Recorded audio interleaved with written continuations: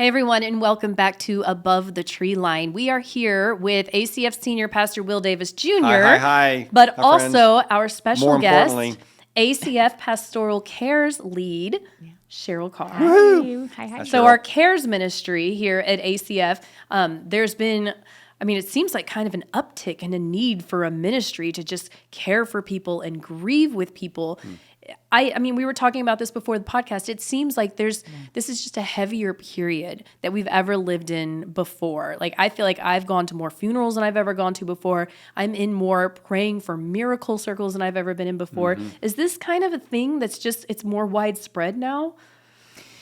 It feels like Yeah. it. It feels like it. I think there's some amount of it that is we're more aware because of multiple media outlets and ways of, whether it's the mostly social media, and we have our face in that a lot more too. Right.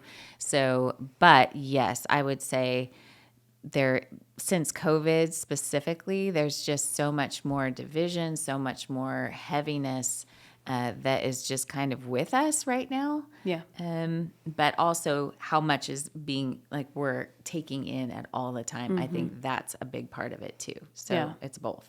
So I think the reason we wanted to talk about this is because I've seen a pattern in my life. Like, there's been a lot of grief in the last 5 years, and I don't see the pattern changing as I get older. Yeah. So what I personally want to learn is, like, what is the purpose of grief, and how do we grieve well? How do we grieve healthily as Christ followers? Because sometimes I feel like maybe people are like, oh, don't grieve because the person died and went to heaven and they're with Jesus now. Yay. And I'm like, I know that's true, but my heart is broken. Yeah. So how can we grieve? For the third grader in the room, what is grief to begin with? If you'll just define, give me Webster or give me Cheryl, and then go to her questions. But I want you just to give me a definition. Yeah, of grief. I think grief is just the loss of something that you loved that it's no longer there. So whether that's a person, a dream, an expectation, it's just that loss, it's gone, and you're not able to get that back. And so grief is the experience that you go through of feeling that loss and trying to normalize your life after that. Very helpful. So grief, would you say is healthy? It's a process that we need to walk through? For sure. It's a very difficult process. Grief is not a friend to anyone. It's not a process that anybody ever wants to walk through or a club that anyone wants to join. But it's there and very important for us to walk through in whatever way we can so that we can I think through it you can understand more about life in general, but more about who God is, more about, understanding that grief often means there was love, right? Especially in light of a person, or there was hope in a dream, hope in a job, hope in a relationship or something like that. So it's just understanding that there was love and then there was loss, and what do I do with that, and where do I go with that? Who do I go to with that? And that is an important thing to understand, because if we try to live with it with ourselves, it just has this tendency to get stuck. It doesn't go away. There's that saying, time that's heals what I was all wondering. wounds. Like, can you just run from it? Because I don't want to be in a period of mourning. I want to be happy. Yeah. So I'm like, okay, let's just fast forward this process and get to where I'm okay with this and move on with life. Well, our body is a funny thing, and our body doesn't often allow us to do that anyway. It will sometimes survive for a little bit, letting us pretend like, okay, I can stick that in a corner back here in my elbow. I'm going to put it there. But eventually it will come out, whether that in whatever form that manifests in, whether that's through behavior, whether that's through a medical issue. Illness. There's a lot of different things that your body, there's actually a book called The Body Keeps the Score. Yep. Really, really good book about that very thing. When you are trying to just shove stuff down or ignore it or pretend it didn't happen, your body knows. Your heart, your spirit, it's important that you face it, as difficult as it is to choose to face it. They talk about embracing grief. That's a hard concept, but I think understanding that there is hope on the other side of it, and you're going to deal with it one way or the other. There's two choices with grief. You either will choose to walk with it with God, walk with it. Well, I guess there's three. You can try to ignore it, which you're not really going to do. It'll catch up with you eventually. Or you can walk with it the way the world would have you, which could be trying to ignore it. It could be finding unhealthy coping mechanisms. It could be all kinds of things like that. Or you can deal with it with God and allow yourself to, to sit with him and show you. Grief is a teacher.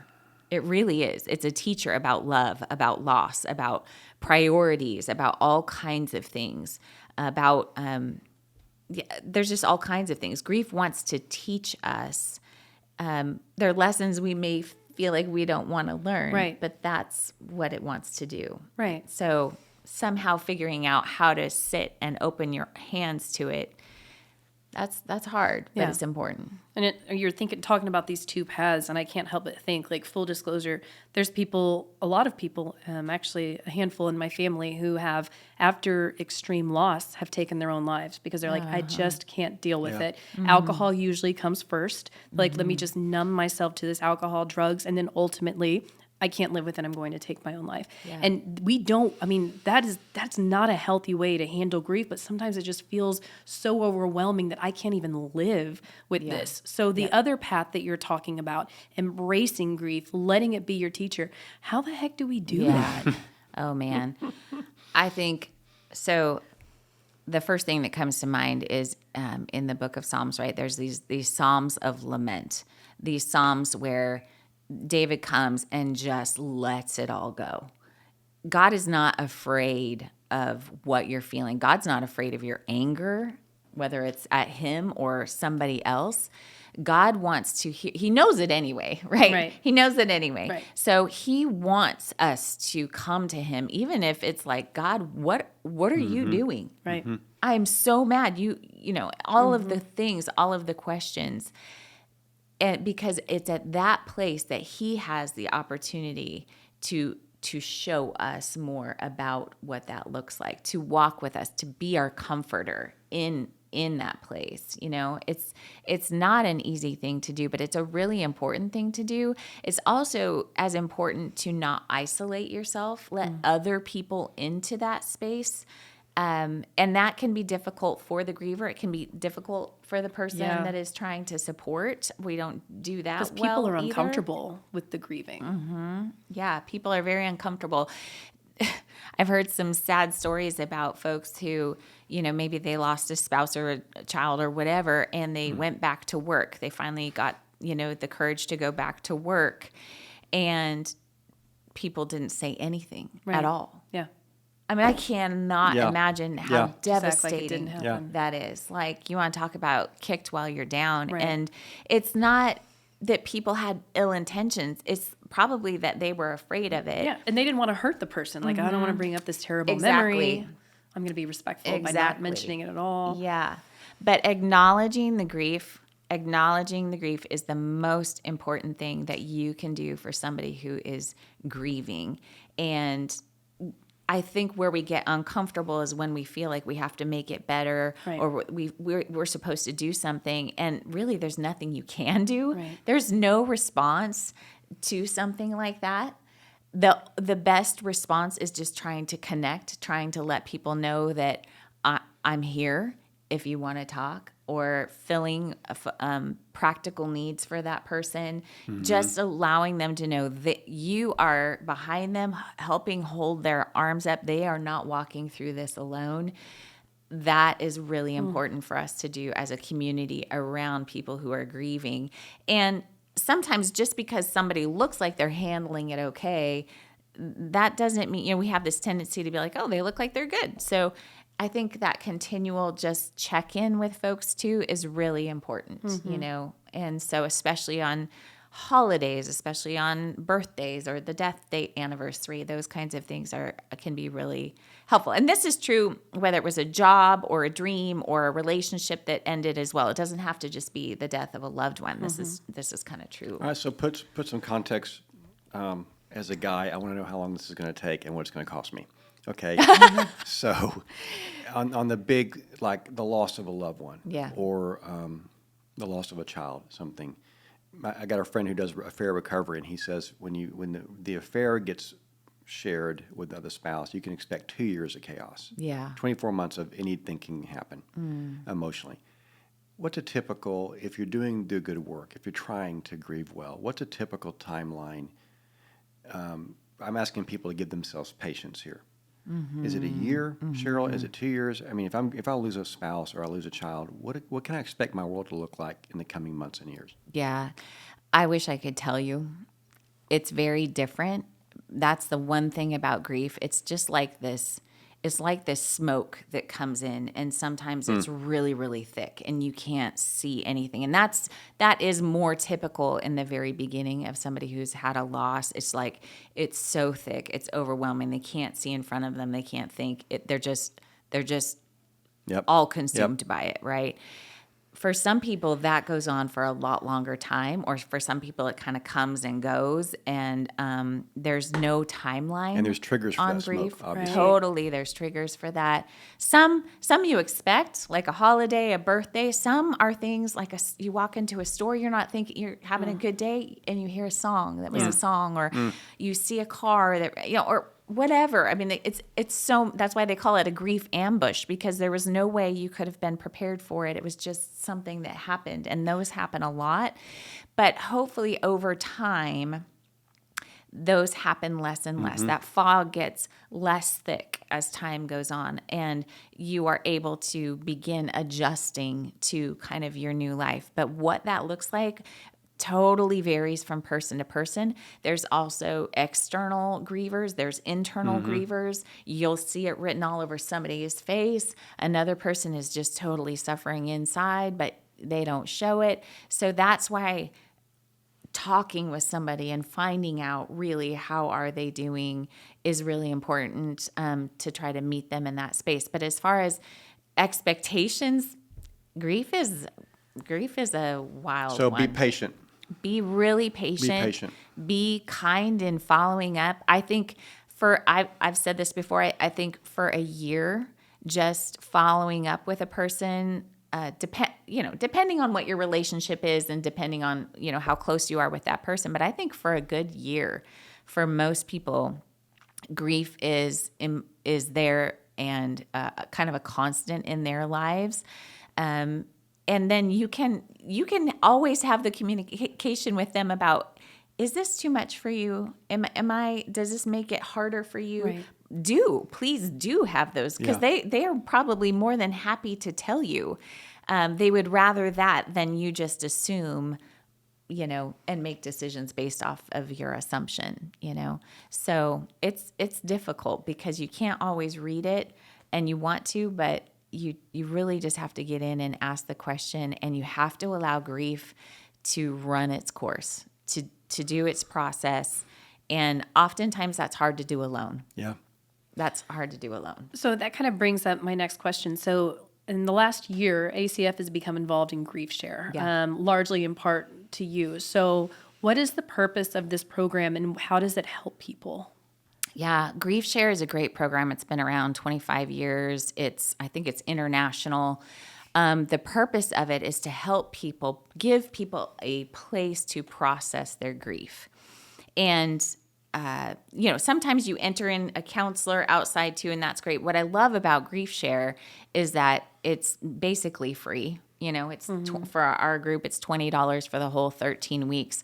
So it's an affordable place to come and process your grief. But Grief Share, the curriculum, walks through in specific parts of grief that are hard. When you're dealing with a grieving person, you might just be thinking about their loss and, that must have been hard to lose that person. Well, they're thinking about the things they lost that were the future that they had with that person, or the future, what do you call it, a job where you're going to get a promotion, the promotion you were going to get, or, whenever a dream dies and all the future hope that you had about that, they're grieving all of those things as well. And so I think I got off track. No, you're good. You're good. What is grief share and what's the purpose you. of it? No, you're good. Okay, yeah. So, You remind me a lot of me. So it's So I happening feel so more much and more. better. I feel so much better. Yeah. So there's a lot of things. So grief shares, the 13 weeks, talk about kind of very different things that you wouldn't typically think about or go to think about, like anger, regrets, self-care, various different topics that they have in a specific order on purpose, while always reminding you that God is the ultimate comforter, healer.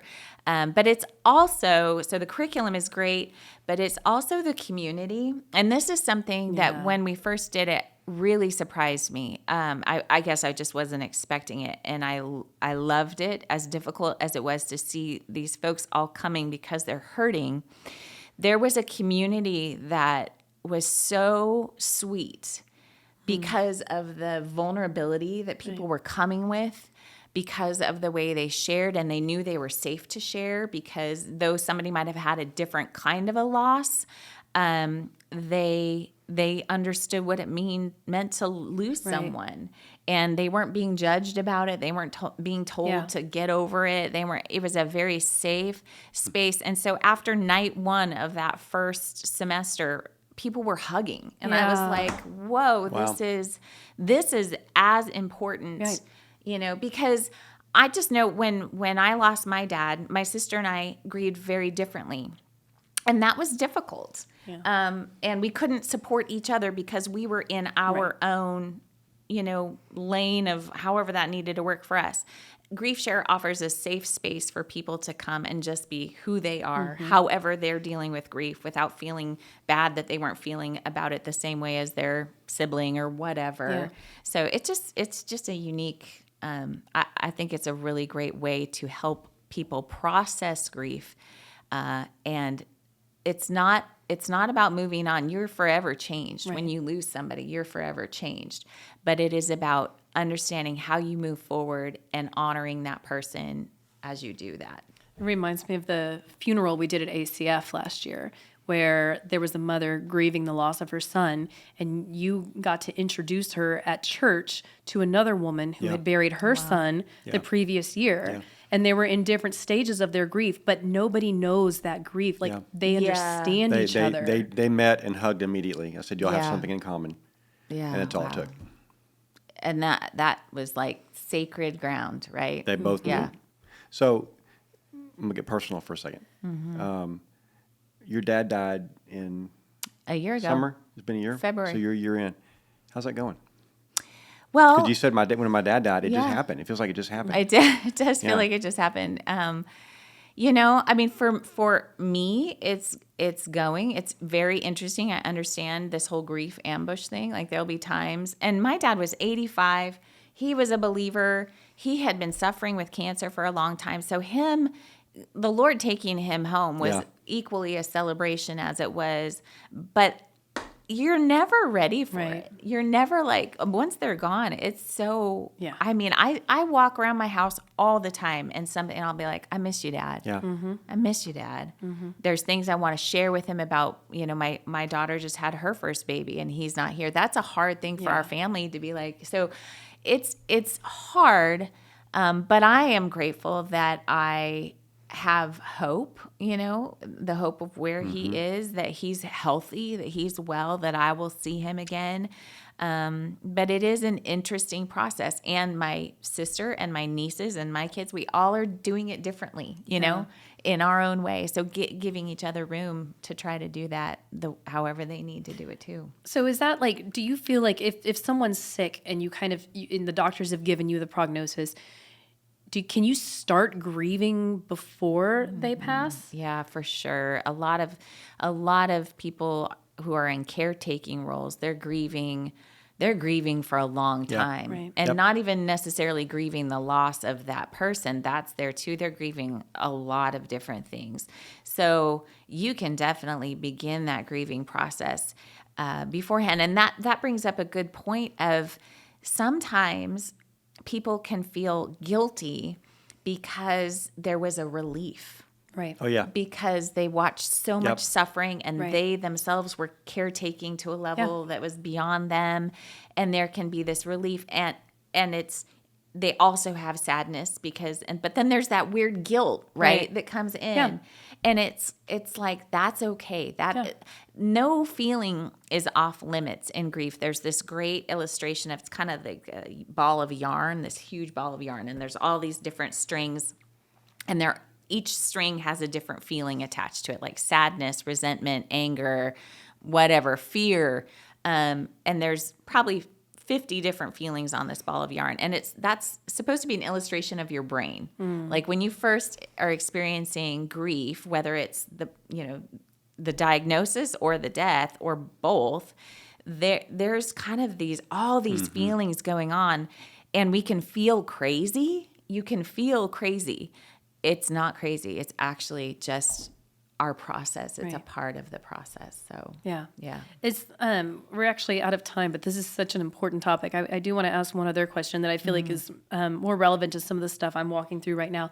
So there have been loved ones in my life that I was prepared for them to pass. There's been people that I have prayed over them. I'm like, Jesus, please just take him home. Like, he's suffering, take him home. But then there's been that total shock. Like, this came out of left field. This person's young. Is that a totally different process when it comes as a surprise? I mean, I think it's different for sure. I mean, the shock is going to be so much more, right? That's one of the stages, I think. And so that period, the anger, the questions can be so much more, because you haven't, when you know that it's coming, you've kind of, whether you know it or not, done some amount of processing. But when it's a shock and when it feels very unfair, right? Where we in our humanness are like, what was that? Why would you take somebody like that at that age? And that's where our anger at God can come in.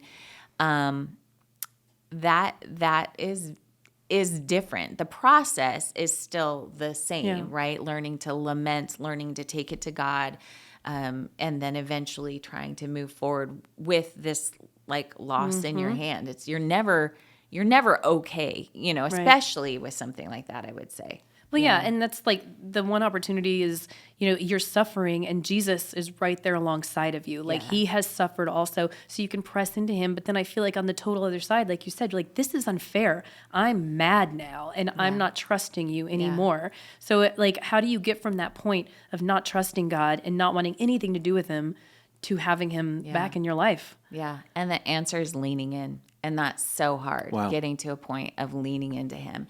That's why I say take that anger to him and let him speak over it. Because I've heard some pretty amazing stories about people who were willing to do that, and they were surprised by what God said back to them in the best way. Because he's always looking out for our good, right?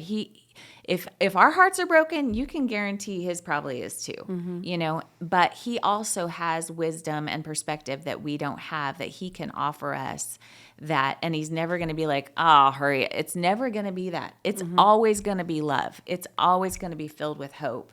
And so getting ourselves to the ability to just say, God, help me understand this. That's the hardest part. Yeah. But through those Psalms of lament, I think that's a really great place to start, Well, we've gone a little bit over, but this So is an good. important Oh my gosh, topic. so good. So I do want to tell people, first of all, thank you, Cheryl, for sharing that. Cheryl has also put together a great list of resources on acfellowship.org. There's a tab for pastoral care, and we talk about grief share. And ACF is here to grieve with people. We want people to lean in and to walk through this process with Christ. So you've done an excellent job leading that ministry.